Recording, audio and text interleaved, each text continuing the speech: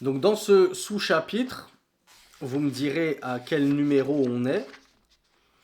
Le précédent sous-chapitre, il avait commencé aux nourrices du prophète sallallahu alayhi wa sallam. Et avant les nourrices, on était au sous-chapitre sur son enterrement et son âge. Donc Sens, elle en a compté 11, elle en a compté 15. Je pense qu'elle a découpé plus de sous-chapitres que l'imam Nawawi lui-même ne l'a fait. Quoi qu'il en soit, on arrive au sous-chapitre sur le physique du messager d'Allah sallallahu alayhi wa sallam. Alors déjà, premièrement, pourquoi est-ce qu'il est important de savoir à quoi ressemblait physiquement Rasulullah sallallahu alayhi wa sallam, sachant que lui-même, il nous a rapporté dans un hadith authentique que Allah subhanahu wa ta'ala ne regarde pas nos apparences, mais il regarde nos cœurs et nos niyat, et nos intentions. Donc on devrait pouvoir se dire, bon, ben, peu importe comment il était, le muhim c'est de croire en lui.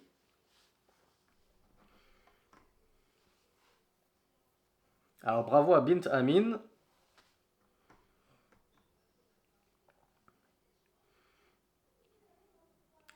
SK et Bilal nous disent que c'est pour chercher à lui ressembler physiquement. iPhone nous rapporte les deux bonnes réponses. Donc je ne vais pas tous vous citer parce que vous êtes très nombreux à avoir apporté les deux bonnes réponses.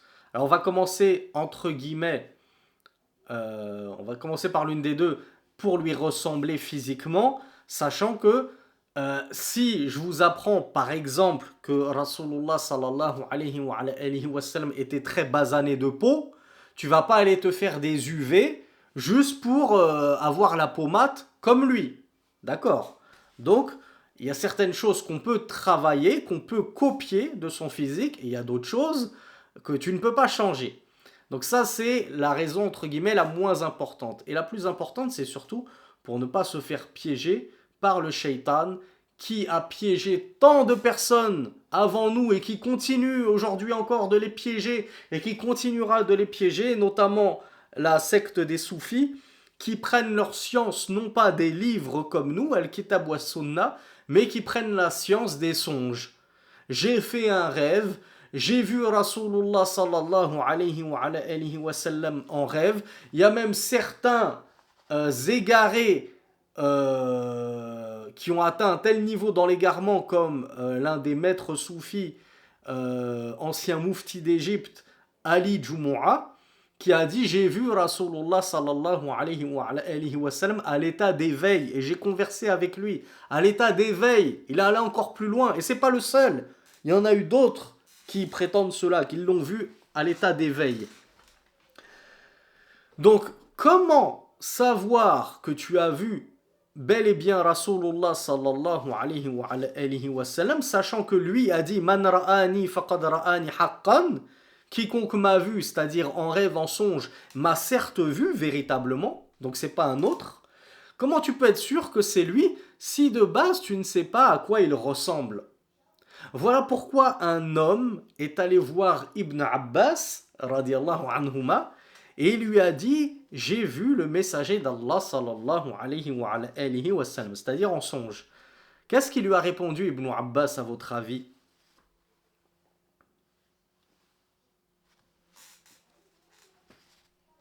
Voilà, bravo Elias. Bravo Bint Amin. Il lui a dit Sif lima ra'ayt. Décris-moi ce que tu as vu. Décris-moi celui que tu as vu. Pour savoir si c'est bien lui. Moi, je vais te dire si c'était lui que tu as vu, ou alors si c'est un shaitan qui a pris une apparence pour te faire croire que c'est Rasulullah et t'inspirer ensuite de faire de nouvelles législations qui n'existent pas dans l'islam, des bid'a. Donc l'homme a décrit à Ibn Abbas radiallahu anhuma celui qu'il avait vu en songe, et Ibn Abbas lui avait dit si tu l'avais vu de son vivant, en état d'éveil, tu n'aurais pu le décrire mieux que ce que tu viens de faire.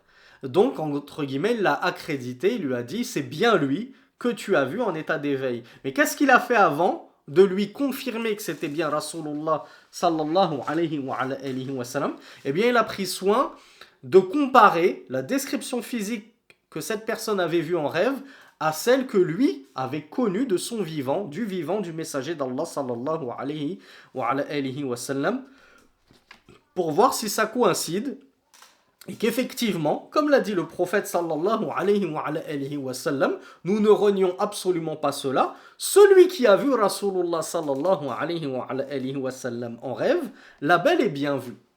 Mais du coup, si moi, je vois en rêve un homme, justement, comme je vous ai dit, bien basané. Vous savez, les Arabes, ils sont bronzés, le soleil tape. Donc, il est basané, c'est-à-dire mat de peau, la peau brunie, avec des yeux noisettes, brillants comme la lune, de beaux yeux noisettes, Allahumma barik.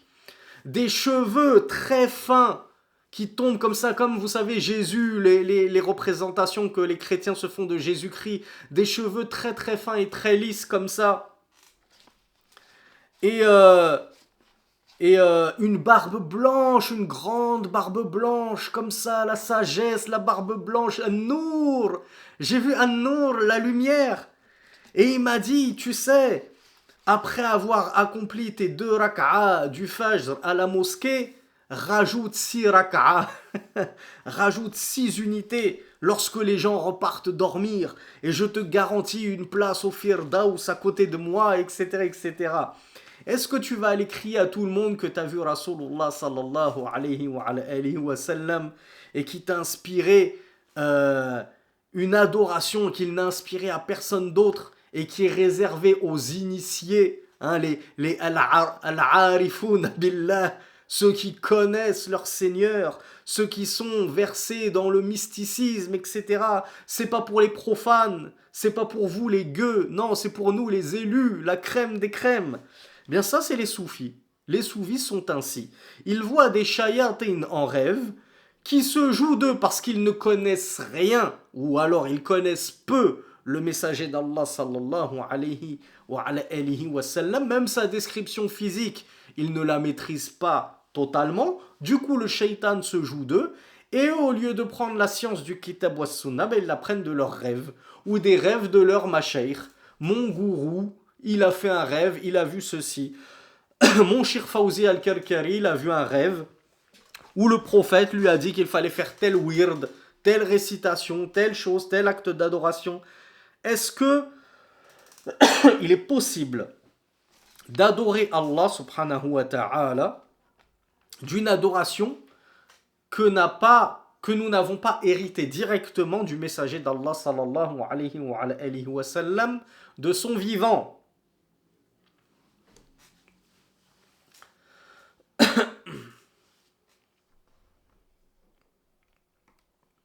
Alors, il y a Bint Amin qui m'apprend. Alors, je savais qu'il y avait des gens qui prétendaient que le prophète sallallahu alayhi wa sallam était noir. Notre sœur Bint Amin, visiblement, nous apprend que ils se nomment les Wakandistes. Alors, je ne connaissais pas ce nom-là. Effectivement, il y a des gens qui prétendent que le prophète était noir. Alors, on est d'accord qu'on ne peut pas instaurer d'adoration autre que toutes celles qui sont contenues dans Al-Kitab wa Sunnah. C'est quoi la preuve de cela? Quel est le verset qui nous permet de comprendre ceci, que ce n'est pas possible?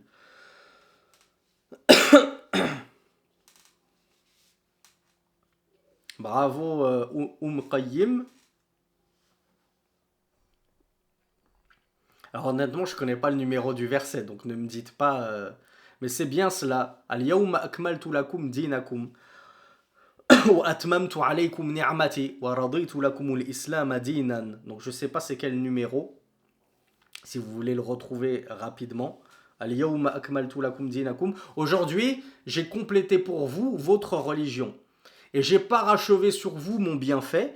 Et j'ai agréé pour vous l'islam comme religion. Donc Allah subhanahu wa ta'ala nous a dit, ça y est, aujourd'hui, il a complété notre religion. C'est-à-dire, elle est complète. Il n'y a plus de place, même pas la place d'un cercle, d'un dirham. Il n'y a pas la place pour ajouter quelque chose de la religion qui n'en faisait pas partie à l'époque où Rasulullah sallallahu alayhi wa sallam nous a lu ce verset. Donc lorsque Rasulullah sallallahu alayhi wa sallam s'est éteint, il y avait, la religion était complète.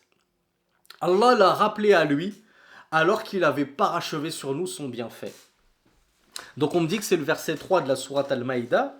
Sourate Al-Maïda, c'est la table servie et c'est la sourate numéro 5. Donc Rasulullah sallallahu alayhi wa sallam nous a également dit Man ahdatha fi amrina ma laysa minhu fahuwa rad. Celui qui va innover dans notre affaire-ci, c'est-à-dire dans notre religion, ce qui n'en fait pas partie, alors qu'Allah, ça y est, il a parachevé la religion, il l'a complétée, il n'y a plus rien à rajouter. Celui qui va venir innover quelque chose qui n'en fait pas partie, fahuwa rad. Cela est rejeté. On le rejette, lui, sa bid'a, lui, son innovation. Donc voilà pourquoi l'islam, la science, les adorations, etc., les rappels, ce qu'ils appellent les awrad, hein, les pluriels de wird, leur pseudo-incantation, quand bien même elles contiendraient certains noms d'Allah et des choses comme ça, tout cela est rejeté. C'est dans le Coran? Non. C'est dans la Sunna? Non. Salam alayk. Bon courage. Nous, ça ne nous intéresse pas. Reste sur ta bid'a, nous on n'en veut pas.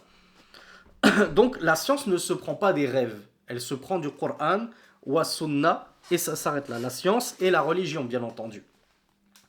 Donc d'où l'utilité d'apprendre comment était Rasulullah sallallahu alayhi wa sallam, afin de ne pas vous faire avoir par le shaitan comme se sont fait avoir les soufis et autres qu'eux, à qui le shaitan est apparu sous l'apparence que je vous ai décrite, et j'ai fait exprès de vous écrire une apparence aux antipodes du prophète.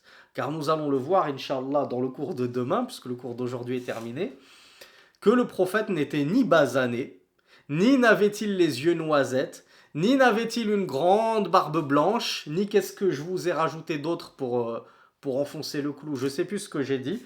Bref, ni n'avait-il les cheveux lisses, et fin, il était tout le contraire de cela. Mais le shaitan t'est apparu dans cette apparence pour te présenter un bel homme que tu t'imagines dans ton subconscient être Rasulullah. Pour moi, la barbe blanche, c'est les mashaykh d'Arabie Saoudite, c'est la sagesse. Les yeux noisettes, c'est beaucoup plus joli que des yeux noirs foncés. Les cheveux lisses, c'est beaucoup plus joli que des cheveux tout crépus, tout frisés, etc. Donc dans ton subconscient, tu t'es dressé une image d'un prophète qui en réalité n'existe pas. Eh bien, Rasulullah sallallahu alayhi wa le diable, va t'apparaître sous cette image qui te plaît, en te disant je suis ton prophète, je suis là pour te révéler un enseignement qui va te faire gagner le paradis en ma compagnie, etc., etc. Il va t'inspirer des bid'ah jusqu'à te perdre et te fourvoyer totalement.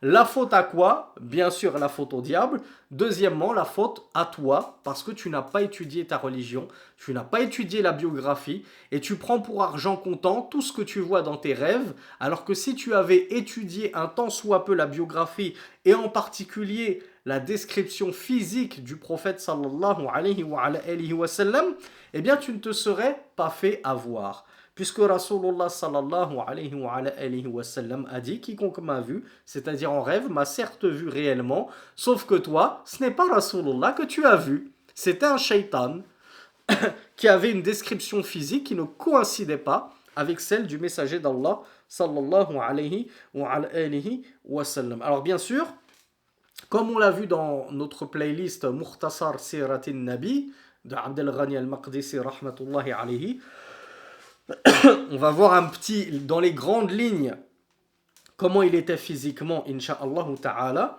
Et il y a un livre qui est consacré à cela, et qui s'appelle La Shama'il al-Muhammadiyya, et qui a été écrit par At-Tirmidhi, et qui a été résumé par Sheikh al-Albani, rahmatullahi alayhi. Et ce livre, il a été commenté par Abdelrazak al-Badr, et réjouissez-vous, il a été traduit en français.